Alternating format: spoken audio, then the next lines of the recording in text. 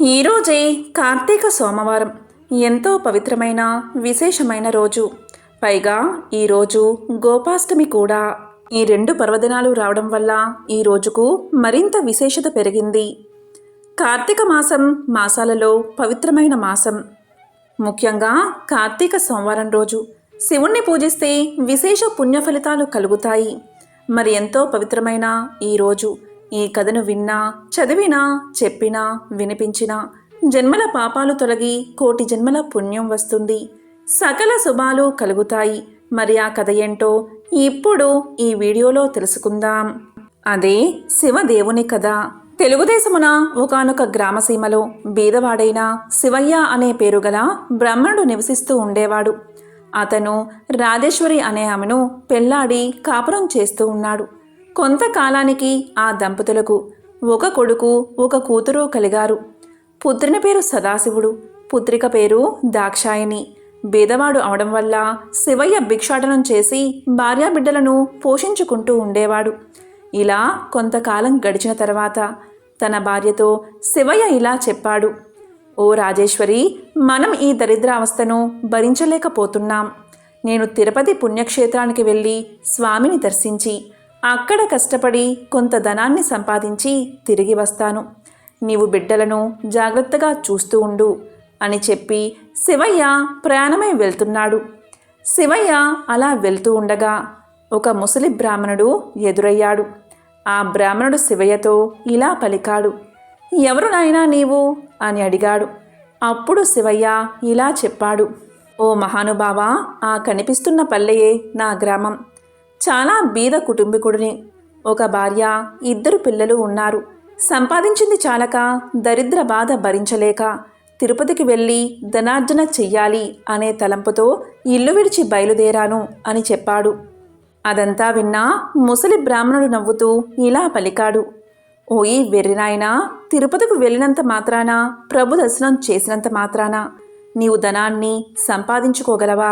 నీకు సకల ఐశ్వర్యాలు ఇచ్చే వ్రత కథ ఒకటి చెప్తాను, శ్రద్ధగా విను అని బ్రాహ్మణోత్తముడు చెప్పగా శివయ్య ఇలా పలికాడు: పుణ్యపురుష, అది ఏ దేవుని కథో ఆ చెట్టు నీడలో కూర్చుని వివరించు స్వామి అని వేడుకున్నాడు. అంతటా ఆ బ్రాహ్మణోత్తముడు శివదేవుని కథ చెప్పడం ప్రారంభించాడు. వంగదేశాన్ని పాలిస్తున్న సూరసేన మహారాజుకు గుణవంతురాలైన ఒక పుత్రిక ఉన్నది. ఆ బాలామణి పేరు సీమంతిని. సీమంతిని చిన్ననాటి నుండి శివదేవుని యందు అపారమైన భక్తి కలదై పూజలు చేస్తూ ఉండగా ఈ విషయం యాజ్ఞవల్క మహాముని భార్య అయిన మైత్రేయి తెలుసుకుని తానే స్వయంగా సీమంతినికి సోమవార వ్రత మహత్యాన్ని వివరించి చెప్పడానికి సూరసేన మహారాజు యొక్క పట్టణానికి బయలుదేరి వచ్చి వ్రత విధానాన్ని సీమంతినికి చెప్పి వెళ్ళిపోయింది. ఆనాటి నుండి సీమంతిని సోమవార వ్రతాన్ని భక్తి శ్రద్ధలతో చేస్తూ సదాశివుణ్ణి పూజిస్తూ వ్రతకథ చదువుతూ దినదిన ప్రవర్ధమానమయ్యింది. ఇలా ఉండగా అంగదేశాన్ని ఇంద్రసేనుడు అనే మహారాజు పాలిస్తూ ఉండేవాడు. ఆ రాజుకు చంద్రాగదుడు అనే కొడుకు ఉన్నాడు.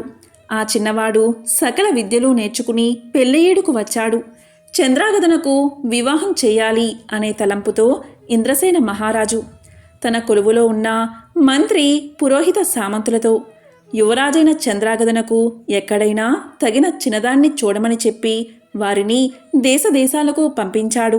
వారు అనేక దేశాలు తిరిగి తిరిగి చివరకు వంగదేశ పరిపాలకుడైన సూరసేన మహారాజు పట్టణానికి చేరుకున్నారు. ఆ రాజుకు సీమంతిని అనే కుమార్తె ఉన్నదని పరిచారకుల వల్ల తెలుసుకుని రాజు దర్శనానికై ఆస్థానానికి చేరుకున్నారు. అంతటా సూరసేన మహారాజు మంత్రి, పురోహితులను గౌరవించి తమరు వచ్చిన పని ఏమిటి అని అడిగాడు. దానికి వారు ఇలా చెప్పారు: మహారాజా, మాది అంగదేశము. మా ఇంద్రసేన మహారాజు గారికి చంద్రాగదుడు అనే కుమారుడు ఉన్నాడు. అతనికి తగిన కన్య గురించి తిరుగుతూ తమ పుత్రికా రత్నమగు సీమంతిని దేవి గుణగణాలు తెలుసుకుని ఇక్కడకు వచ్చాము. ఇదిగో మా యువరాజు చిత్రపటము అని చూపించారు. రాజు ఆ చిత్రపటాన్ని కుమార్తెకు చూపించి ఆమె సమ్మతికి సంతోషించి కళ్యాణ ముహూర్తం నిశ్చయించి మహావైభవంగా వివాహం చేశాడు. వివాహమైన కొంతకాలానికి ఒక రోజున చంద్రాగదుడు తన వినోదపు చెలికాండ్రతో యమునా నదీ తీరమున నావపై షికారు చేస్తున్న సమయంలో దురదృష్టవశాత్తు ఆ నావ నీటిలో మునిగిపోయింది. చంద్రాగదుడు తప్ప మిగిలినవారు చనిపోయారు. చంద్రాగదుణ్ణి నాగకన్యలు పట్టుకుని తమ రాజైన తక్షకుని వద్దకు తీసుకుపోయారు. అప్పుడు తక్షకుడు చంద్రాగదుని చూసి, ఇతను ఎవరు, ఇక్కడకు ఎందుకు తీసుకువచ్చారు అని అడగగా నాగకన్యలు ఇలా చెప్పారు. మాకు తెలియదు మహారాజా, నీటి ప్రవాహంలో కొట్టుకుని పోతూ ఉండగా మాకు చిక్కడం వల్ల తమ దగ్గరకు తీసుకువచ్చాము అని సమాధానం చెప్పారు. దానితో తక్షకుడు దివ్య దృష్టి వల్ల చంద్రాగదుని వృత్తాంతం తెలుసుకుని, ఇతడు సామాన్యుడు కాడు, ఇతని ధర్మపత్ని సీమంతిని దేవి శివుణ్ణి ఆరాధిస్తూ సోమవార వ్రత ప్రభావం కల మహాపతివ్రత, అందువల్లే ఇతడు నీటిలో పడిపోయినా ప్రాణాలు విడవక మీకు చిక్కడం వల్ల అతనికి ఏ విధమైన అపాయమూ కలగలేదు అని నాగకన్యలకు చెప్పాడు. ఈ సంభాషణంతా వింటున్న చంద్రాగదుడు భయపడుతూ దిక్కులు చూడసాగాడు. అంత తక్షకుడు చంద్రాగదుని వీపు చరిచి ధైర్యం కలగజేసి తన దగ్గర ఉన్న విలువైన మణులు ఇచ్చి ఆ మణుల యొక్క ప్రభావం కూడా తెలియచేసి భూలోకానికి సాగనంపాడు. అక్కడ సీమంతిని తన భర్త జాడ తెలియనందున నామ ప్రమాదంలో చెలికాండ్రతో పాటు తన భర్త కూడా మరణించి ఉంటాడని తలపోసి పరిపరి విధాలా విచారిస్తూ ఇలా బాధపడింది.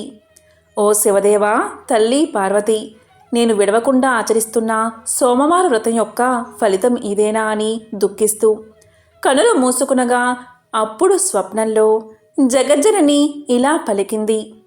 అమ్మాయి, నీ భర్తకు ఏమీ భయం లేదు, విచారించకు, సజీవుడై ఉన్నాడు, త్వరలో నీ దగ్గరకు చేరుకుంటాడు అని చెప్పి అమ్మవారు అంతర్ధానమయ్యింది.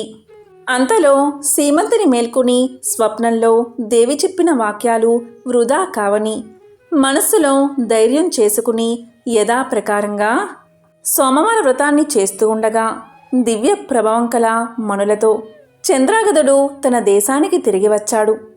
ఇంద్రసేన మహారాజు కొడుకు రాకకు సంతోషించి జరిగిందంతా తెలుసుకుని తన కుమారుడు సజీవుడుగా ఉన్నాడని మహిమగల మల్లతో తిరిగి వచ్చాడు అని ఆ శుభవార్తను సూరసేన మహారాజుకు కబురంపి శుభముహూర్తాన సీమంతిని దేవికి చంద్రాగదునకు వైభవోపేతంగా పట్టాభిషేకం చేశాడు. సీమంతిని దేవి చంద్రాగదులు తమ దేశ ప్రజలకు సోమవార వ్రత ప్రభావం గురించి, శివదేవుని మహిమల గురించి బోధిస్తూ ధర్మ మార్గంలో రాజ్యపాలన చేస్తూ ఉన్నారు. సీమంతిని దేవి తన సోమవార వ్రత మహిమ వల్లే ఐదోతనం కాపాడుకోగలిగినదని ప్రజలంతా భావించి తాము కూడా సోమవార వ్రతం చేసి సకల సంపదలతో సుఖంగా ఉన్నారు అని ముసలి బ్రాహ్మణుడు శివయ్యతో చెప్పి ఇంకా ఇలా పలికాడు.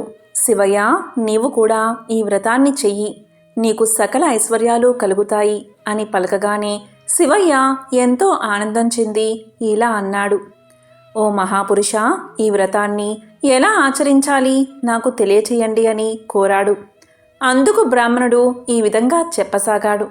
సోమవారం రోజున ఉదయమే లేచి స్నానాన్ని ఆచరించి గృహాన్ని శుద్ధి చేసి రంగురంగుల ముగ్గులు పెట్టి ఇంటికి ఈశాన్య భాగంలో పీట మీద శివదేవుని పటం ఉంచి ఆవు నెయ్యితో కానీ కొబ్బరి నూనెతో కానీ దీపాన్ని వెలిగించి శివదేవునికి టెంకాయ కొట్టి ధూపం వేసి మారేడు దళాలతో అభిషేకం చేసి 3 రకాల పువ్వులు పెట్టి భక్తితో పూజించి కొబ్బరి ముక్కలు తరిగి పంచదార కానీ బెల్లం కానీ కలిపి నైవేద్యం పెట్టి శివదేవుని వ్రతకథ చదివించి ఆ ప్రసాదం అందరికీ పంచిపెట్టి తాము కూడా కళ్ళకద్దుకుని సేవించాలి.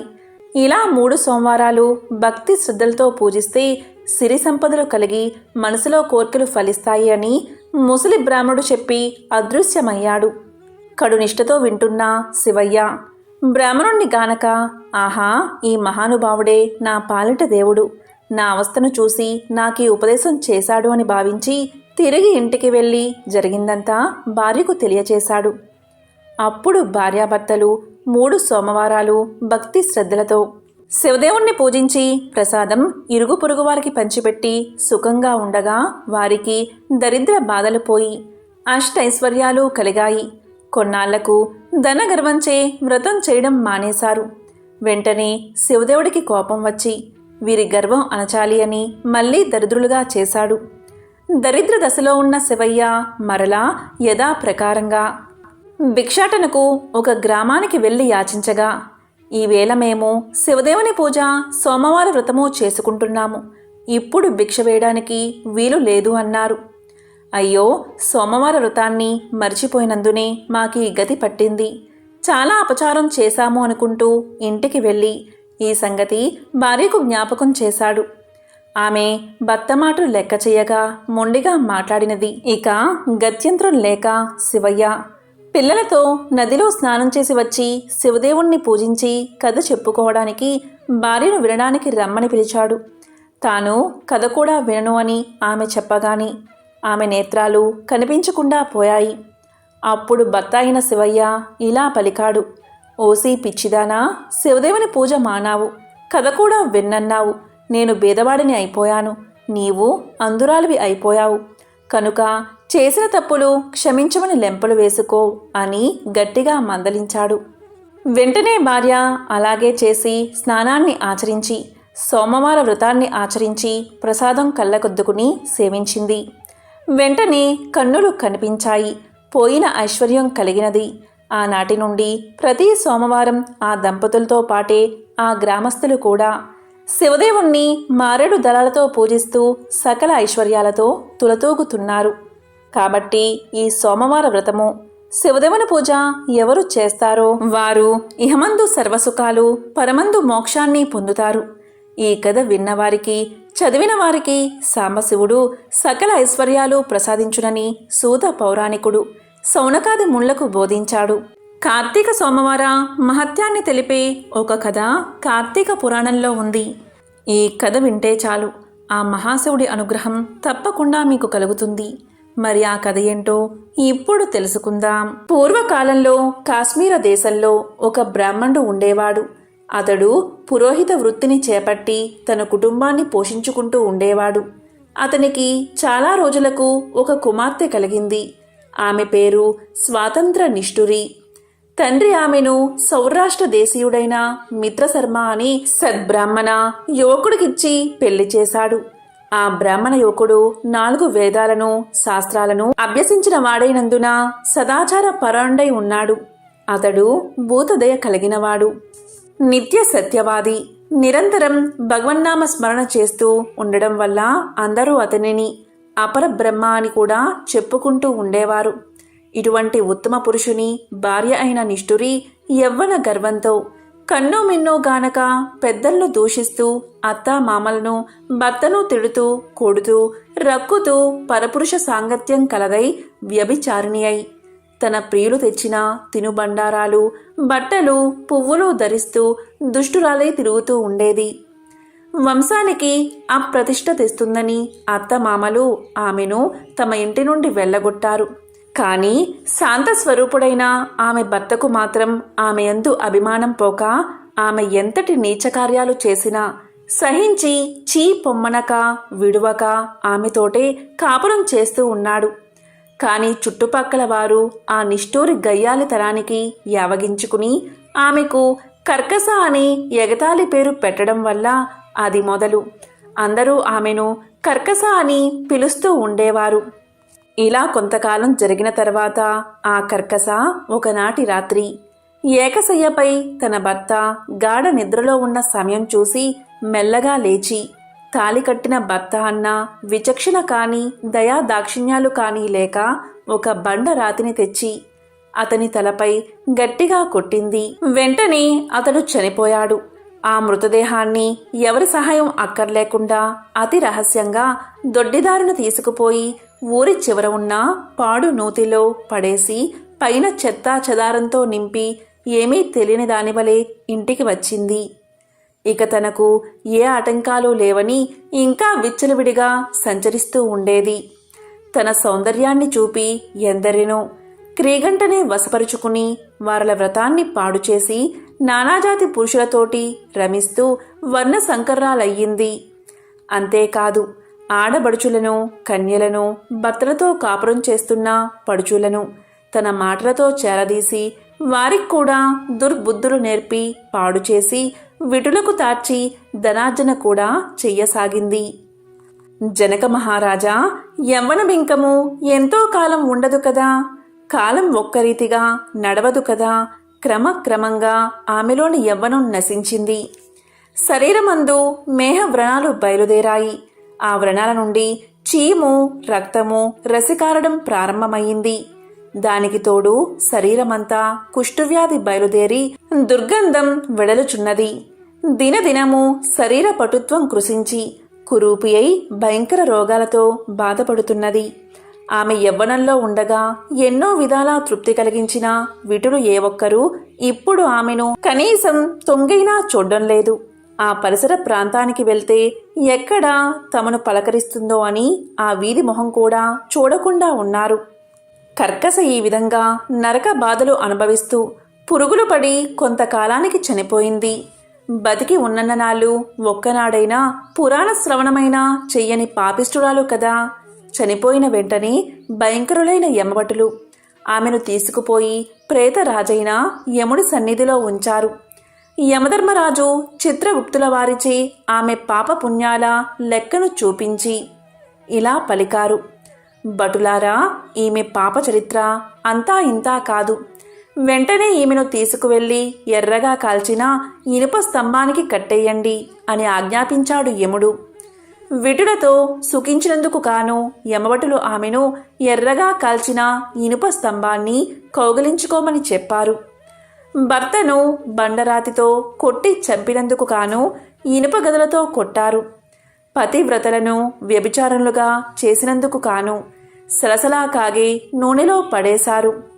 తల్లిదండ్రులకు అత్త మామలకు అపకీర్తి తెచ్చినందుకు కాను సీసాన్ని కరిగించి నోటిలోనూ చెవుల్లోనూ పోసి ఇనుప కడ్డీలు కాల్చి వాతలు పెట్టారు.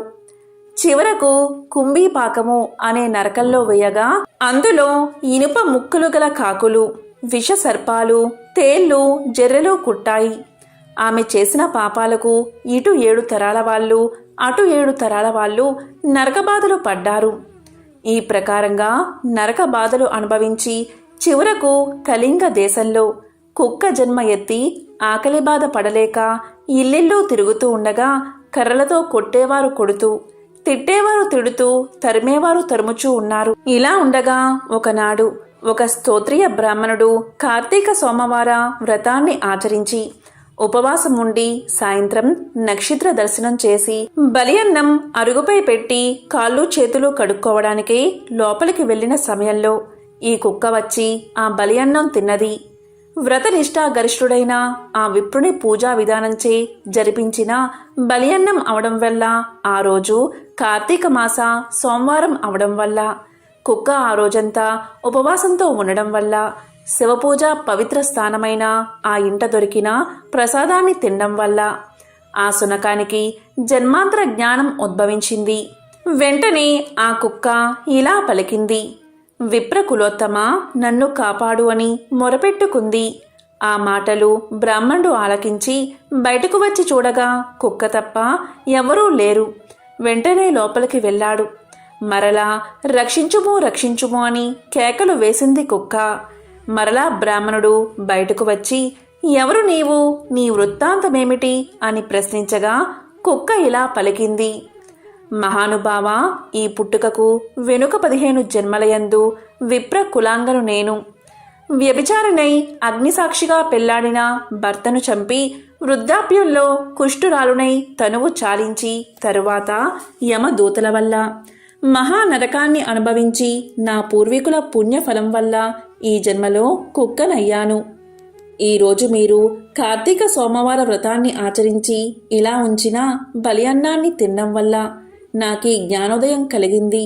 కాబట్టి ఓ విప్రోత్తమా, నాకు మహా ఉపకారంగా మీరు చేసిన కార్తీక సోమవార వ్రతఫలాన్ని ఒకటి ఇచ్చి నాకు మోక్షాన్ని కలిగించండి అని ప్రార్థిస్తున్నాను అని వేడుకోగా, కార్తీక సోమవార వ్రతంలో చాలా మహత్యమున్నదని గ్రహించి ఆ బ్రాహ్మణుడు ఒక సోమవారం నాటి ఫలాన్ని ఆమెకు దారపోయగా వెంటనే ఒక పుష్పక విమానం అక్కడికి వచ్చింది. ఆమె అందరికీ వందనం చేసి అక్కడి వారందరూ చూస్తూ ఉండగానే ఆ విమానమెక్కి శివ సాన్నిధ్యానికి చేరుకుంది. ఈరోజు కార్తీక సోమవారంతో పాటు గోపాష్టమి కూడా కలిసి వచ్చింది. హిందూ సంస్కృతిలో ఆవులను గోమాత అని పిలుస్తారు. అలాగే వాటిని దేవతలా పూజిస్తారు. గోవును సమస్త దేవతా స్వరూపమని భావిస్తారు. గోపాష్టమి రోజున గోమాతను పూజించేవారికి సంతోషమైన, సామరస్యపూర్వకమైన, సంపన్నమైన, అదృష్టవంతమైన జీవితం లభిస్తుందని పెద్దల మాట. గోపాష్టమి శ్రీకృష్ణుడికి అత్యంత ప్రీతిపాత్రమైన రోజు. కృష్ణ పరమాత్మ తన చిటికిన వేలితో గోవర్ధగిరిని ఎత్తి నందనవనంలో గోపాలను రక్షించిన రోజు. శ్రీకృష్ణుడి లీలల గురించి చిన్నతనంలో ఎన్నో కథలు వినే ఉంటారు. ఉట్టి మీద వెన్నను దొంగలించడం, మన్ను తినడం, గోపికలను ఆట పట్టించడం వంటి అల్లరి పనులతో పాటు ఆలమందలు ప్రజల పట్ల అమితమైన ప్రేమను కనబరిచేవాడు. దుష్ట శిక్షణ కోసం, ప్రజల రక్షణ కోసం పాటు పడేవాడు.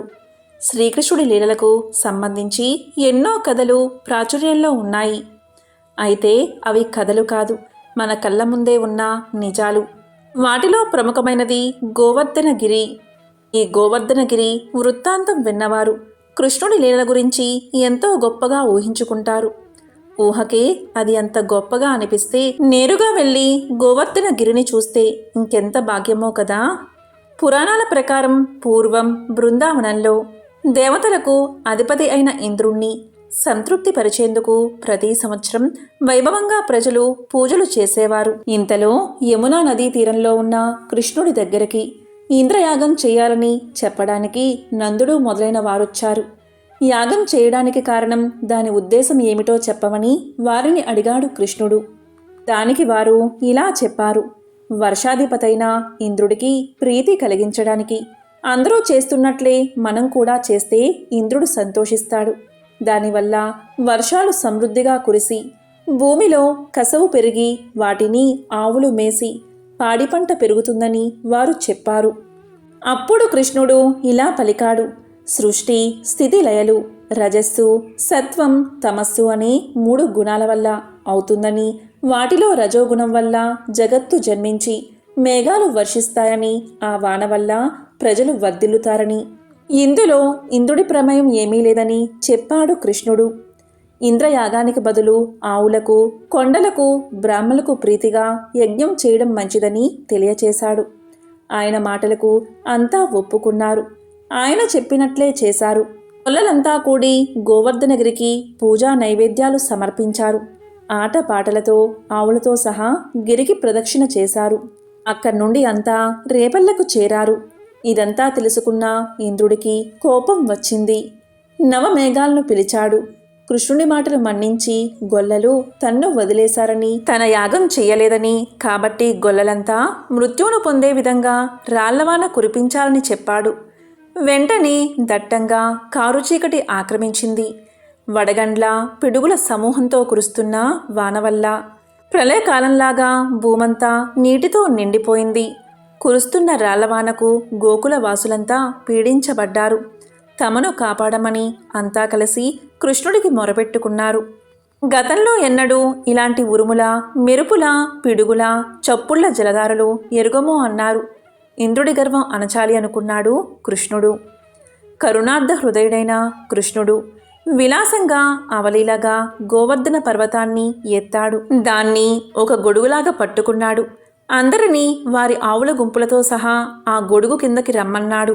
ఆయన చెప్పినట్లే అంతా ఆ కొండ కిందకి చేరి వినోదంగా గడిపారు. ఇదిలా ఉండగా ఇంద్రుడి ఆజ్ఞానుసారం మేఘాలు 7 రాత్రులు 7 పగళ్ళు ఎడతెరిపి లేకుండా వర్షాన్ని కురిపించాయి. ఆ వానలో ఏమాత్రం తడవకుండా గొల్లలంతా గోవర్ధన పర్వతం కింద హాయిగా ఉన్నారు. ఇంద్రుడు విసిగిపోయాడు. మేఘాలను మళ్లించుకుని తన లోకానికి వెళ్ళిపోయాడు. అప్పుడు శ్రీకృష్ణుడు గోవర్ధన పర్వతం కింద ఉన్న వారందరినీ బయటకు రమ్మని చెప్పాడు.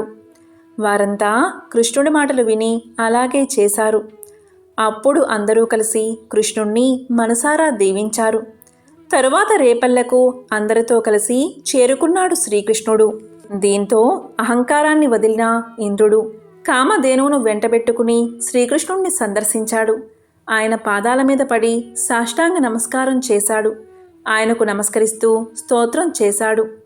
తప్పు చేసిన తనను కరుణతో వీక్షించమని ప్రార్థించాడు. దానికి స్పందించిన కృష్ణుడు ఇంద్రుణ్ణి తన ఆజ్ఞానుసారం నడుచుకోమని, కర్తవ్య పాలన చేయమని గర్వం వద్దని తెలియచేశాడు. ఆ తర్వాత దేవేంద్రుడు కృష్ణుణ్ణి కామధేనువు పాలతో, దేవగంగ జలాలతో అభిషేకం చేసి గోవిందుడు అని నామకరణం చేశాడు. ఎంతో పవిత్రమైన విశిష్టమైన ఈ కార్తీక సోమవారం రోజు, అందులోనూ గోపాష్టమి రోజు ఈ కథలను విన్నా, చదివినా, చెప్పినా, వినిపించినా సకల శుభాలు కలుగుతాయి. జన్మల దోషాలు తొలగి కోటి జన్మల పుణ్యం వస్తుంది. ఓం నమః శివాయ.